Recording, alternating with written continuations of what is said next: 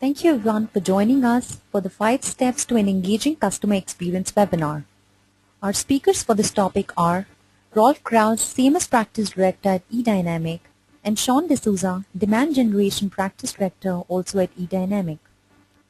In today's presentation, we'll cover the customer experience, marketing nirvana, the marketing reality, factors impeding marketing nirvana, the 5 steps to creating an engaging customer experience, and the marketing opportunity. At the conclusion of the presentation, we'll have a question and answer session. And now, over to Sean D'Souza from eDynamic.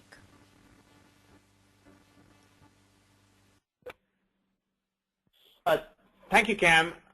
Just to give you a little background about who eDynamic is, we are a digital consultancy focused primarily on helping our customers in acquisition and engagement, so acquiring and engaging customers through the use of best-of-breed platforms.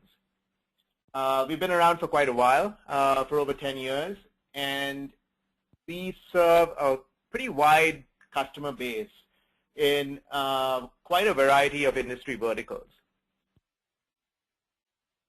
To recap on what Cam talked about on the agenda, we're going to go through setting the stage for customer experience, talking a little about what the utopia is for a marketer, as well as what the reality is and what are the factors that are impeding us from being high-performance marketers.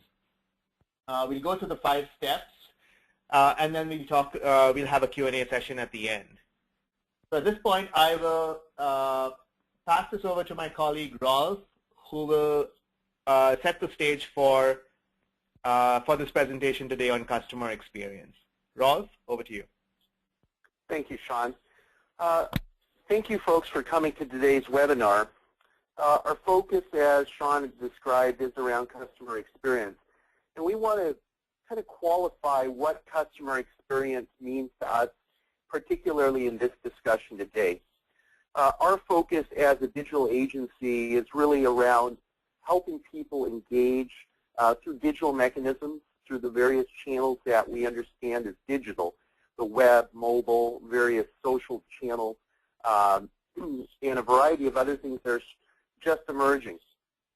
So today's discussion is really focused around those digital channels. The other part is, we as an organization, we're very focused on helping other organizations drive not only traffic to their site, but actually convert that traffic into something that's actionable. Whether you are a nonprofit that's looking to grow your own revenue from donors, or whether you are a B2B organization selling high-value items that have long sales cycles, or you might even be a B2C organization that has an e-commerce site. In all situations, we're talking about being able to drive things to conversion and to revenue. And customer experience is such a key part of that that we really decided to focus on that in that context. So one of the things that we looked at, Forrester fairly recently did a study around customer experience and how many companies out there are focusing, especially mid-sized to large companies, are focusing on customer experience as being a top initiative within their organization. Looking at this, 500 companies, I believe, or 141 companies were asked this question, and with over 90% saying that it was a critical or a high item to them. What we're going to do now, just to provide all of us an understanding of where we are, we're going to stop and have a quick poll. We'd like to understand from you how important customer experience is to your organization. In a few moments, you're going to see a poll that will come on the screen, and we'll have you respond to that, and that'll give us kind of a lay of the land of the folks that we have in the audience and what's important to them. Kamia, could you put that poll up for the audience, please?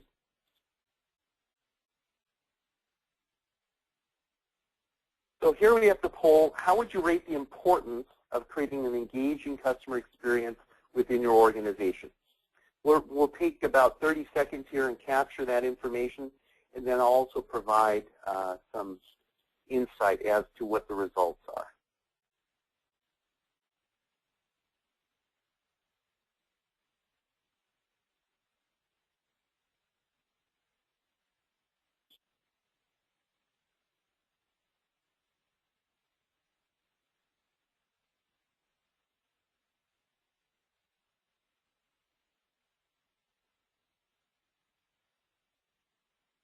Okay, great.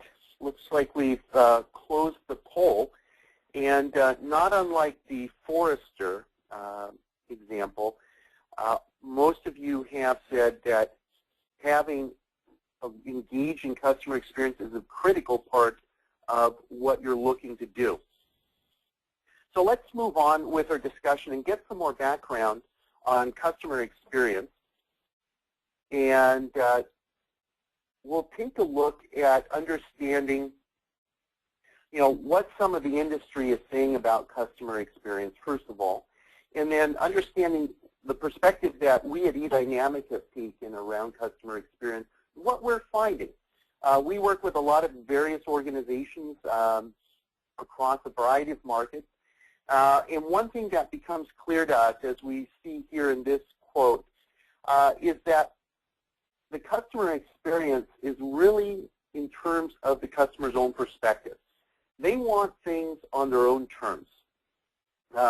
When they're going to experience your organization, when they're going through the buying cycle, they're wanting to experience from their perspective. Folks are now expecting to,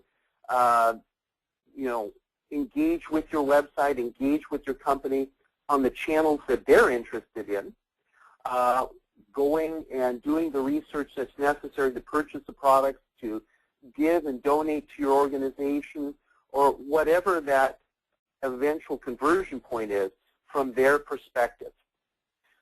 So moving on, one of the things that we find is that Sean, could you move on to the next slide, please? Thanks. Is that a lot of people now from a digital marketing perspective are looking at marketing and saying, hey, I've got a lot of tools available to me.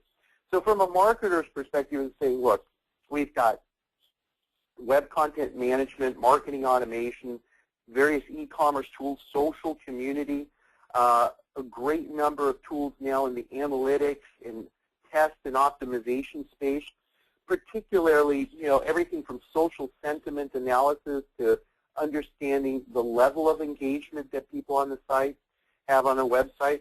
Site search has gotten a lot better with, creating a whole experience around faceted navigation and things like that. So there's a lot of tools available to the marketer at this point in time. And so from a marketer's perspective, you really think you have the cat's meow in terms of where you are at the moment. But what's happening in this environment is that as people begin to purchase these different technologies, we're realizing that we're running into issues. And one of the things that we're finding is that many of these technologies are siloed. And so in this situation, people may have purchased a web content management system at one point in time, and are now bringing on marketing automation, bringing on e-commerce.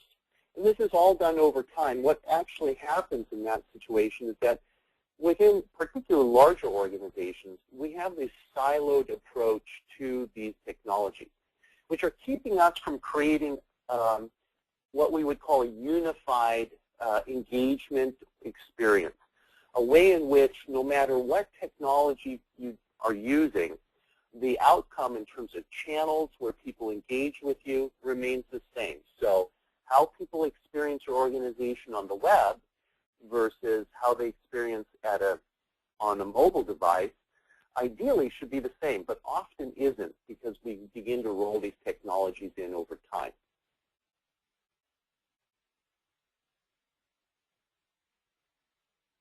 Sean, can you move to the next slide? Thanks. And where we are now is basically the point where we've got a great number of tools available to us, but there's certain things that are keeping us from bringing these tools to bear onto, our marketing, digital marketing strategy, if you will, and really bringing it to the point where we create this very holistic, unified engagement across these different channels.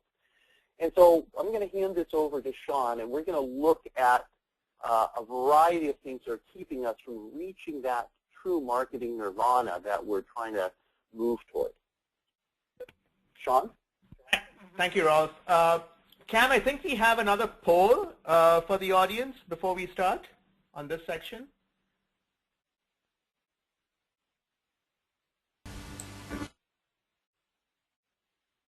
So the question is, how would you rate the level of engagement through your current marketing efforts? We'll give you 30 seconds to respond, and then we'll carry on.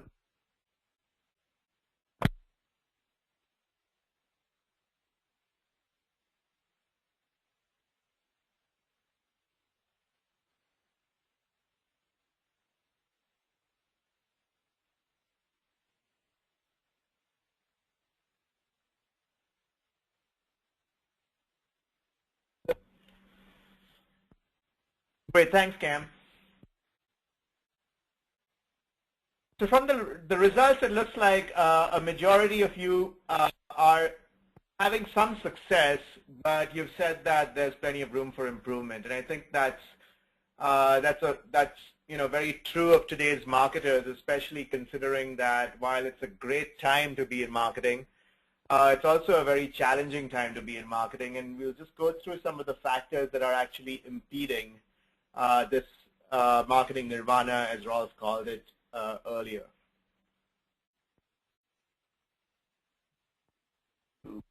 Slide here.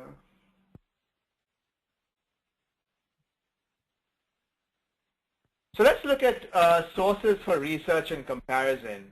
The sources for product information, for reviews, for referrals. This had got pretty active with the internet age, but it has exploded exponentially in many ways after the social revolution of a couple of years ago. Think about the last time you were contemplating buying maybe a tablet PC or an e-reader or something like that way. And now with the holiday season coming up, you see all these ads for the Kindle Fire, and you're wondering, should I buy the Kindle Fire or should I buy an iPad? And even if you're at the store, you're standing in line at Best Buy, you could pull out your mobile phone, and you could look and see whether Best Buy has got the best price for whatever you want, or is there something better that's coming in 2 days down the road, and should you hold off? Your sources are numerous, from the old days where you looked at a newspaper or a TV analyst who talked about a product, or you relied on the salesperson to do that. Now everyone's an expert, and you've got a multitude of sources. And this is, in some ways, a challenge for marketers, because typically you as an organization are probably the last to know about a customer's interest in your product. The other factor is technology is affecting the way we communicate. About 10 years ago, or in the early 2000s, when everyone began building out websites and began doing emails and things like that way, the user experience gurus would say that writing for digital is very different from writing from print media. People don't read, they scan. Well, now you have SMS, and messages like LOL are ubiquitous. It's part of our daily vocabulary. And then you have Twitter. You've got 140 characters in which to limit your message. You've got handles now like @John and @Rolf and @Sean and @Cam.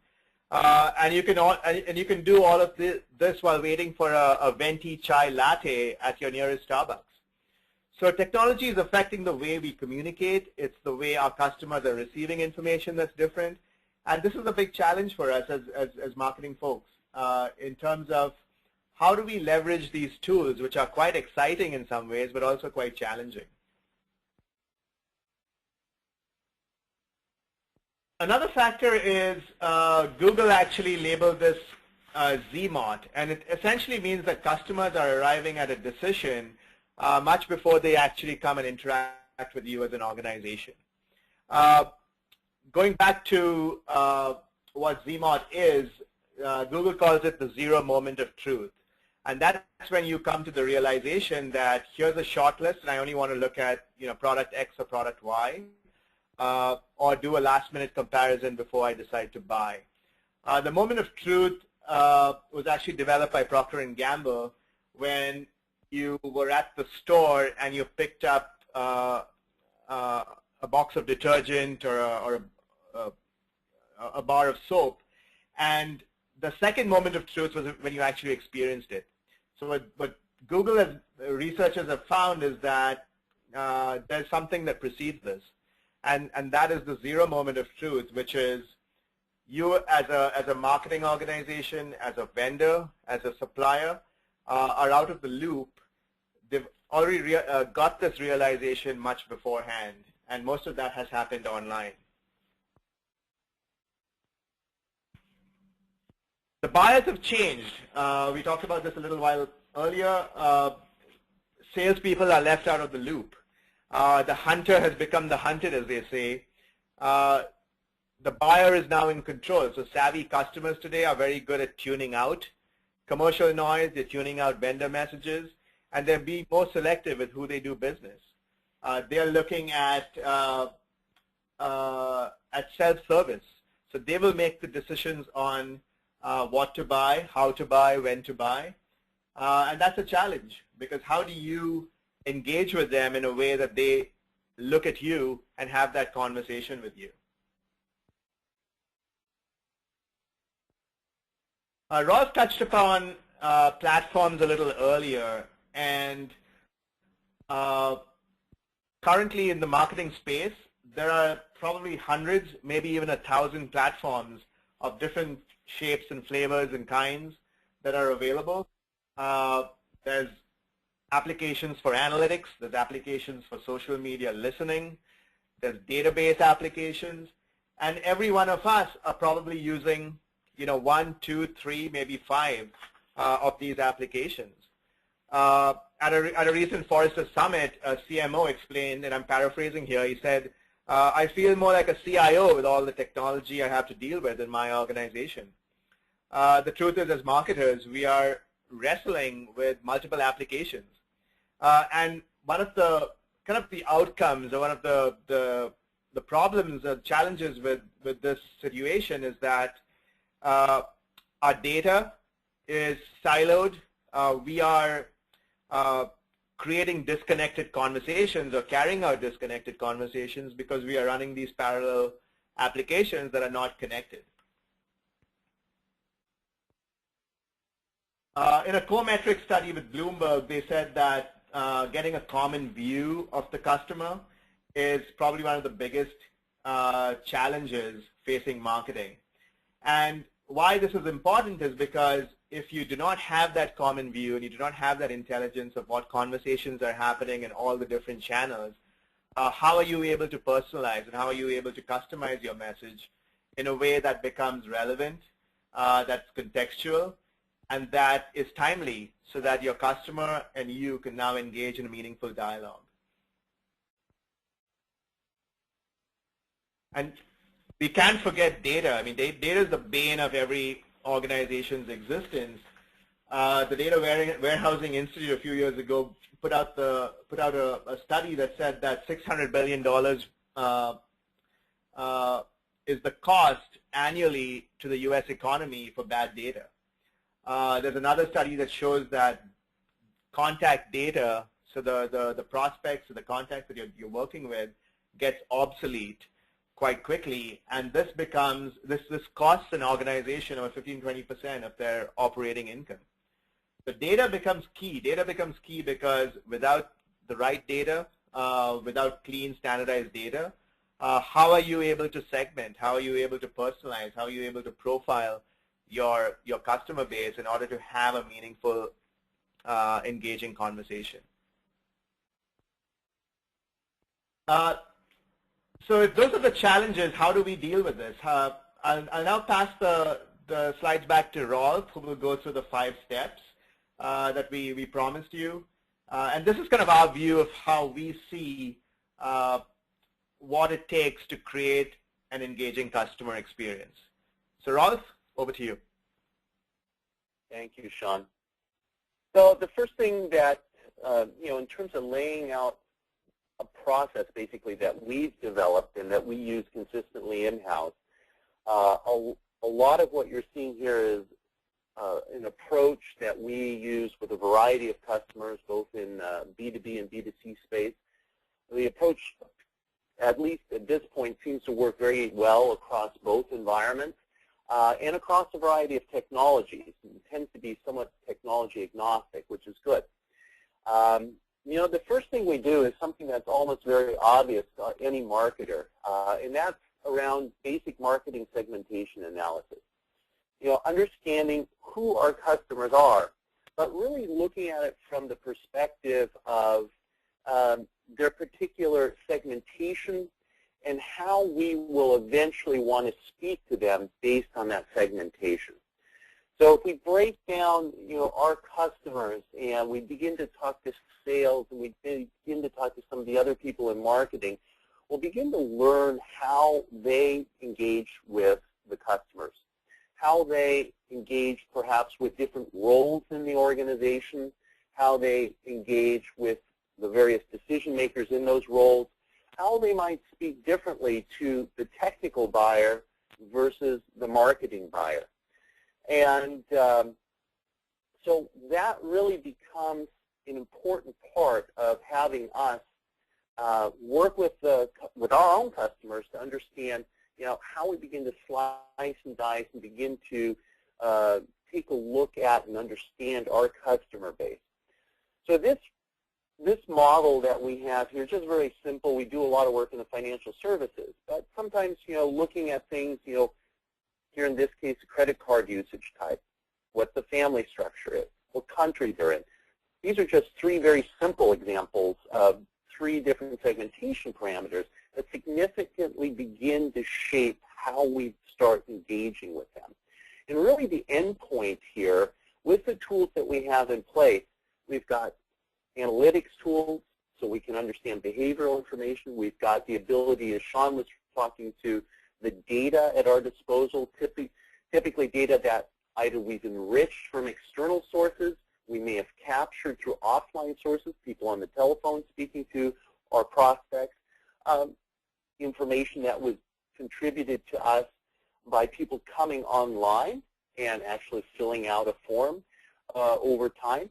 All of this becomes useful, actionable information for us because then it allows us to begin to target and shape the overall engagement and the digital conversation we have with people. So as we begin to understand this, what we're going to look for next is really around the pain point. So who's buying, but what is it that what's the value they're looking for from you? In the end, they're looking for you to solve a problem for them, to satisfy something inside of them. So we begin to map both pain points and motivators that perhaps certain roles within the organization have to begin to, again, get clarity on how to shape the conversation. So next, we'll take a look at, as a step 2, how are they buying? So we understand, at this point, how our customer or target customers are structured, how they're organized, per se. But the next thing we want to look at is how they're buying. This image here is taken from Google, and they've done a lot of research going back to some of the discussion that Sean had brought forth around ZMOT, Zero Moment of Truth. And here we get a great example if we're looking at a pure B2C play with the grocery analysis as well as technology and automotive. In that case, bigger ticket items that people are probably thinking about, and in those cases doing research on. And we can see how very early in the overall buying cycle, people spend in research. and how that begins to slow down and then perhaps toward the end pick up again, particularly in the technology tier there. So this begins to show us how people are engaging with digital sources to go through that buying cycle and begin to satisfy various questions they have in their mind, the pain points, whether that the motivators that you might put in front of them might launch them forward into the next phase of the buying cycle. And so when we begin to engage, one of the things that we look at is really spend time with both the sales and marketing team to understand the buying cycle. And Sean, could you move to the next slide, please? Thanks.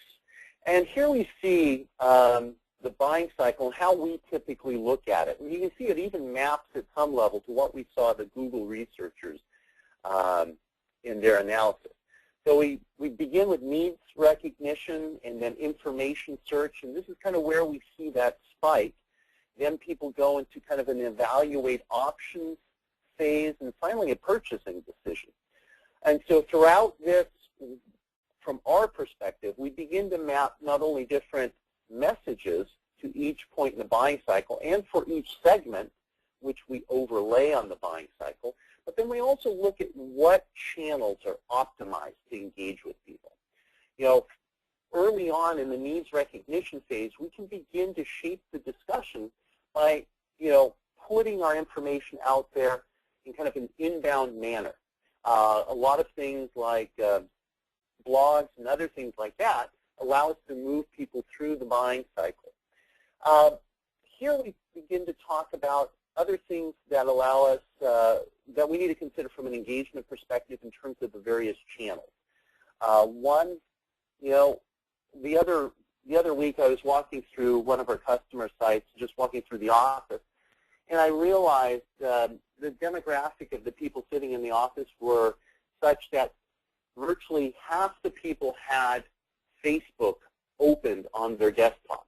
So as we're going through the office on the big screens that they had in front of them, you could see Facebook kind of front and center as one of the applications that was open.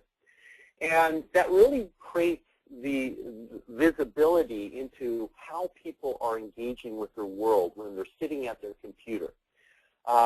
For me, I spend a lot of my day in front of Outlook looking at what my next meeting is, seeing what emails come in, and even my personal emails that come across to me come into my Outlook that I have on my laptop. So throughout the day, not only am I looking at my business emails, but I also see different offers coming in the door. For other people who spend a lot of their time on Facebook, what we need to do is really meet them at where they're at. Get the information that we want to put in front of them at the time they're engaging with these digital channels. So this is one of the other things that we need to look at, is understanding our customer base from where they're spending their time, where we need to optimize our channel engagement with them, and then how do we support that channel engagement. So again, we've talked about a variety of different platforms early on in the discussion. And what we have done at eDynamic is spend time initially focused with people around content management, CRM, and marketing automation. We refer to those as our trifecta. And typically organizations will either start with content management and then begin to move into marketing automation. Maybe they have a legacy CMS system and they just purchased a new marketing automation tool like an Eloqua or Marketo, and then later begin to replace their CMS. One way or the other, in the end, people will find themselves with this trifecta of these three platforms. In addition, people, as they go through the kind of maturity curve from a digital marketing perspective, will begin to add other things: community, social sentiment analysis, a variety of other things that begin to complement these three platforms. So one of the things that we all will look at, we talked about the various platforms, we talked about them working in silos, is then understanding how we can bring them together. If we look at just the trifecta, just the CMS and marketing automation along with CRM, one of the things that we implement on a regular basis for marketing organizations is the ability to bring these together. And one of the things that Sean had referred to early on is the need to have a very clear view of the customer and also a consistent view of that customer across all your platforms. And that's only possible when we're able to bring that customer data together. So we often get behavioral data that's managed by the CMS, the digital footprint that's left behind by people as they visit your website, go to your landing pages, and so on. That's the digital footprint that's really the behavioral data. Then there's the demographic data that's captured through forms, perhaps through offline sources when telesales or marketing, telemarketing engages with people and they update things in Salesforce.com. That also can be brought to bear then on this overall customer profile. So what that allows us to do by leveraging the tools that are in marketing automation and contemporary CMS systems like a Sitecore and Ectron and SDL Tridian and a variety of other tools is the ability to do personalized engagement. Again, meeting people where they're at. Understanding their segmentation begins to help us shape that conversation with that individual. And it also allows us to understand what type of things to put in front of them so we learn, for instance, implicitly, what role they might have in an organization. What are their key pain points and motivators? And we can provide those in kind of tripwires, if you will, within the website as they begin to click on things, as they begin to download white papers, and perhaps complete some forms, both from an implicit and explicit manner. They begin to tell us about themselves. When then we can begin to look at that information, analyze it, and then build, if you will, the appropriate response to them, either through email, and we dynamically generate emails that specifically target people and what they're interested in, as well as begin to target them through personalization on the web. So these are some of the real key things that we believe create the experience that people are looking for, which is about them and really bringing the information to them in not only in a manner they want it in, but the right information in the context of where they are at the moment. So I'll hand this back over to Sean, and he's going to take us through steps 4 and 5. Thanks, Rolf. So the other key factor that we need to consider is what do they want to hear from us? How do we engage with them in conversation? What is the type of content that we serve up to them that creates that engagement? There's, I read somewhere that someone said that content is king, but it is treated like a peasant. And the reason why that is because very few organizations will create a very focused content strategy. And that content strategy should be based on your understanding of the customer, understanding of the buying process, the segments, and if you're not doing that, you're shooting in the dark. So we'll just talk a little about what a content strategy should mean. The first thing is it should be contextual. So for content to be relevant, it must be timely, and it must be in the context of where the customer is sitting in the buying process. This means that if you've got various bits of information that you want to serve up, make sure that you're organizing your content in a way that not only engages them at each level, but also prompts them or kind of nudges them across to the next stage in the buying cycle. The ability to draw them into a deeper conversation so the customer wants to engage with you at a deeper level. Be it, look at a white paper in the first instance, but then they may want to actually look at the demo, or they may want to look at case studies. And as you have that conversation with them, they may want to go into a proposal phase. So the ability to set up your content and stack your content in a way that maps to the buying cycle is one way in which you can create relevant, timely, and contextual content that engages and gets that response rate that you want, gets that conversion rate that you're looking for.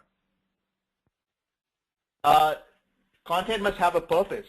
So one of the key things to do with a content strategy is to be able to organize your content assets with predetermined objectives.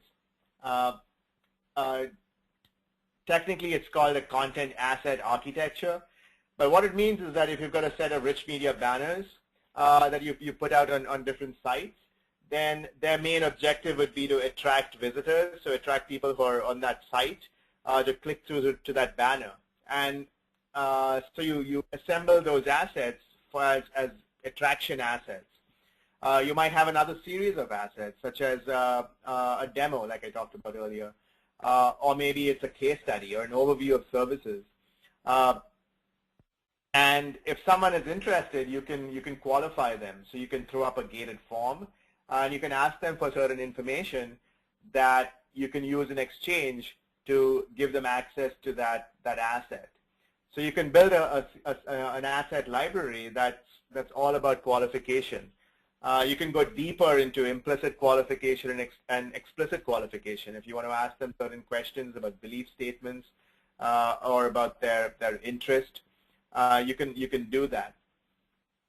Finally, there's the nurture stage. So if you've got leads or people that have come in, but they're not ready to go to a sales team, if you're in a B2B environment, or they're not moving into the shopping basket, if you've got an e-commerce channel available on your website, then what do you do with these people? You want to actually move them up down that sales funnel in a relatively short period of time, and the way to do that is to assemble a series of engaging assets like landing pages, like widgets, calculators, and so on, to engage them and get them to that point where they either check through the e-commerce checkout, or they want to talk to a salesperson, whether they pick up the phone or they might submit the contact us form. Finally, mapping your messages. So when you look at your channels, your audience segments, your buying stages, one of the things that you got to do with your content strategy is build out a content matrix. And part of that content matrix would be assembling your content according to all these segments and buying stages. But it also informs your operations team to build out those business rules for sending out emails, for content on your website. Essentially being able to build those business rules to customize all the content on all your outbound channels, and as well as on your inbound channels, like your website and so on. And what these business rules do is it basically personalizes and customizes the experience for your customer. So building that content matrix and mapping your messages and mapping your content is key to your content strategy. To our final step in the process, let's look at optimization. The first step in optimization is looking at your data, looking at your analysis. Many years ago, William Edwards Deming, he said that you can't measure, you can't manage what you can't measure, and that's so true today. We've got so many different technologies and so many different channels and so much marketing that we're doing. We need to know what's working and what's not. So we need the reporting and the intelligence to tell us what is working. You can look at your response rates, you can look at your website visitor profiles, you can look at your email click-throughs, your form submissions, you can look at comments of your blog, Facebook postings on your wall. There's a wealth of information that is available to you. You're just going to pick the information that will help you refine and be able to create a more engaging experience.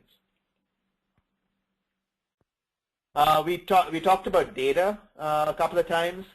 So make sure that all your inbound forms, your lists that you're uploading into your system for maybe an email broadcast or for a nurture campaign, make sure that your data is standardized.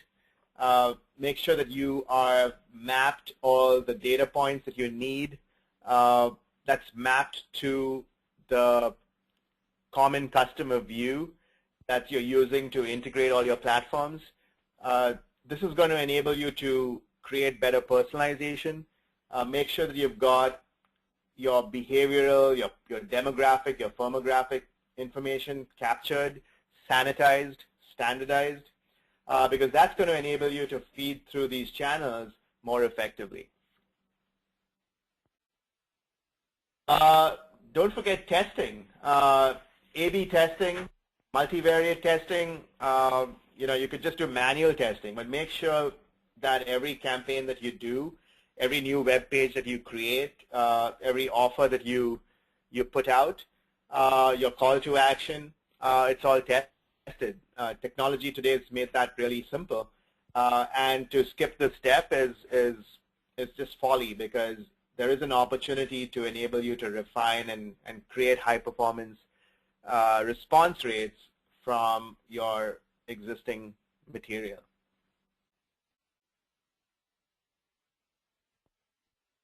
Ross talked a little about expanding your digital ecosystem. So once you've got your foundation, we call it the trifecta. You might have a different trifecta. Make sure that you look out for where your customers are now hanging out. I mean, some of them might be hanging out in a community or a user group. It might be mobile. Make sure that you have that you start building these into your ecosystem.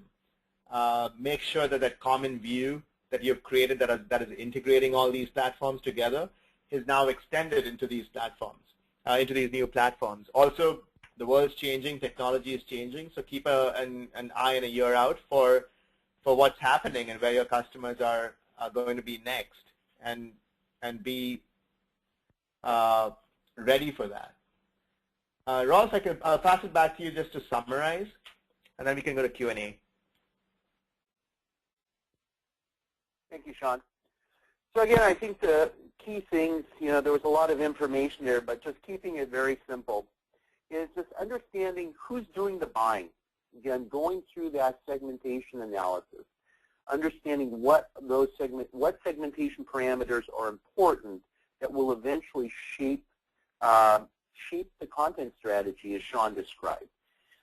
Understanding what the pain points and motivators are. I mean, for many of us it seems obvious, but actually taking the time to do that really does require a bit of work, but the rewards on the other end are tremendous in terms of a conversion rate.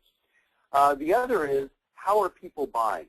Understanding the buying cycle of the customers that you have, and understanding what is it, at what point in time, where they're making the decisions, and how we need to engage at each step of that buying cycle.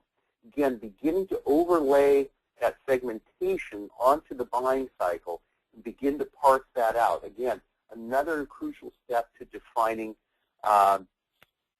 the content strategy. The other is then making sure that we engage with them where they're at. Sean talked about, whether it's mobile, whether they may be hanging out in certain communities, maybe are they going to certain blog sites, where are they spending their time? And by spending our effort in terms of digitally engaging with them at those places, again, we'll drive our message to them and hopefully draw them into our website, where we can then have that digital engagement through the email and web mechanisms that we have.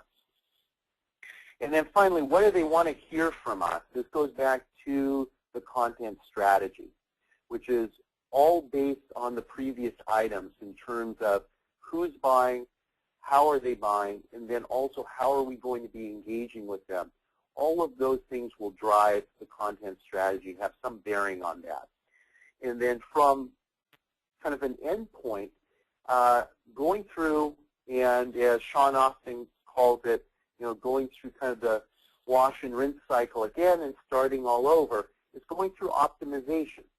Understanding, what's going on, what level of engagement do we have, doing the appropriate analysis, getting the tools in there that will instrument, the website instrument or email campaigns, and understand how our efforts are actually bringing to bear conversion, or perhaps are not, and then making the appropriate adjustments, both in our content, in our personalization rules, in our overall engagement in terms of what channels we choose. All of that is an ongoing effort because of the changes that are occurring, obviously, in the environment around us. So those are the 5 steps that we have identified from a digital customer experience perspective, and we hope that this has been valuable and useful for you, and we want to thank you for your time. Now we're going to step into a question session, and I know some of you probably have questions. We urge you to use the mechanism in the webinar software to ask questions, and in a few moments we'll begin to answer those online and actually during this session. We do have some questions. The first question that has come is, what is involved in setting up a customer engagement strategy? What are some of the first steps we should take to get going? Sean, you want to start with that? Sure. So, I think the first step towards a customer strategy is in, as Rolf had in his step 1, who is buying. So who is your customer? Look at your data. Look at talk to your sales team, and then find out who's actually buying from you, where are they coming from, and how are they buying. I think that's the first step that you would need to take before you build out your campaigns, build out your content, do anything of the sort. Ross, you want to add anything to that? No, I think that's absolutely the first steps. And, often what we find is, as I mentioned earlier, customers may already have a website up and running. They've purchased marketing automation. They want to get that up and running. Typically, when you're bringing in a new platform, whether that be a new CMS and you're wanting to migrate to a new CMS, or whether you're bringing in marketing automation, or even community, or in that sense, being able to step back and going through this process of analysis and understanding your customer, buying cycle, going through content strategy, and so on, we can begin to apply that to that new platform, and then later begin to incorporate the other platforms that you might have to also leverage that. So one of the things that we want to avoid is kind of a siloed approach. We want to bring it together. The only way to do that is actually apply the same strategy and the same approach across all the channels, and then fundamentally across all the platforms to support those channels. The next question. So, Namic, do we have any additional? Yeah. Yeah, we do have a few more questions. The next question is, we are active on all the platforms where our prospects could be present, but we don't seem to engage with them effectively. How can we personalize the engagement with our buyers across all platforms? So I'll start off with that, and Sean, I'll hand that over to you. So kind of starting where we left off in the last answer, I think the first step, again, is going through that process of doing the analysis. The reasons for lack of engagement could be a variety of things, but typically you're either not engaging with them in the correct channel, the message is not in alignment with what they expect. Sometimes if you're engaging with them across channels, let's say email and web, they receive an email from you, but when they come to the website, the messages that they're getting on your website may be very different than what they just received in the email. And they're looking to continue that conversation that you started with the email on the website. So getting them to the website and dropping them into a completely different context might be very disruptive for them, and they may just basically step back and really question whether they want to continue that engagement. So there's a variety of things, but root cause to all of these problems is not having a consistent way of engaging with them. That goes back to doing the analysis, defining the content strategy, defining your personalization approach, and making that consistent across all the channels that you currently are managing. Sean, you want to add something to that?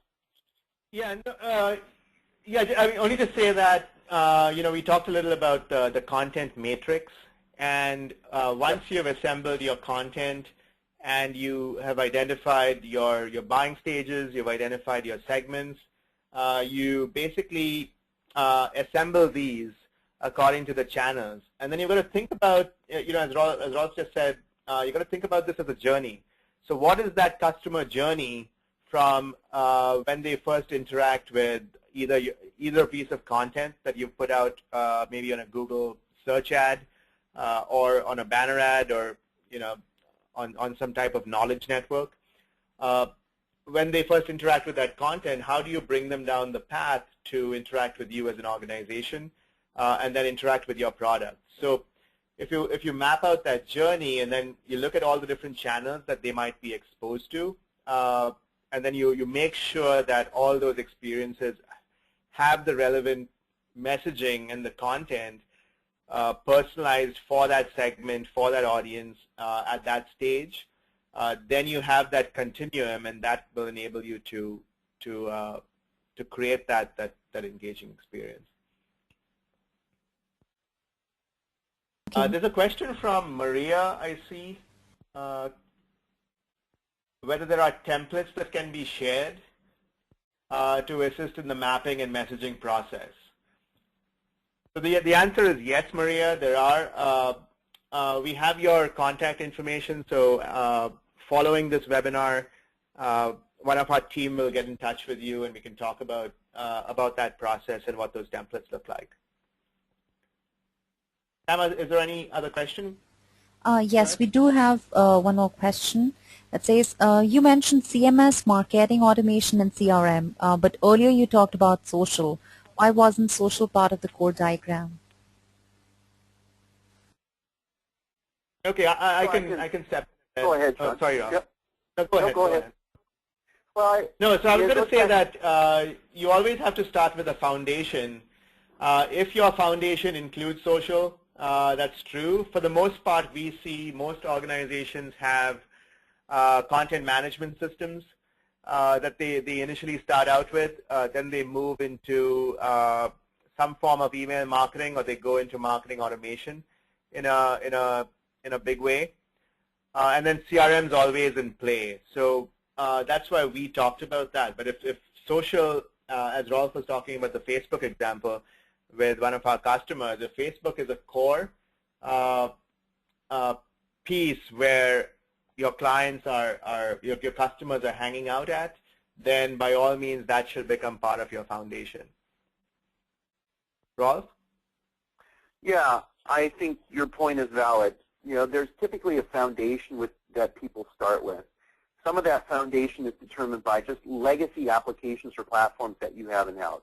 You might have CMS. That's the place you start with. Maybe you purchased marketing automation within the last few years, or about to purchase it.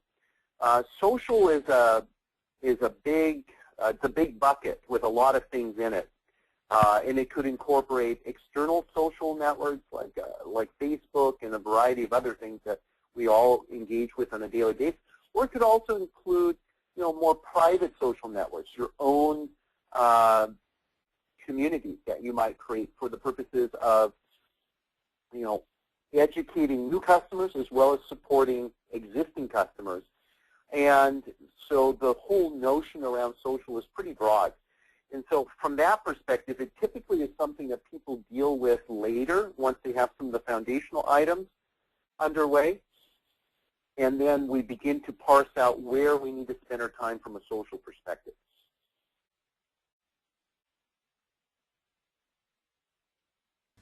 Thank you, Rolf. Are there any other questions? No, we've covered all the questions. I think I would like to thank everyone for attending the webinar, and we hope you found it informative. The webcast will be available on our website, demandgeneration.edynamic.net by early next week. And we'll also share the webcast URL with all the attendees over an email. Please feel free to reach out to us at contact@edynamic.net or the IDs mentioned on the screen for Rolf and Sean for any questions that you may have. Thank you once again for joining the webinar.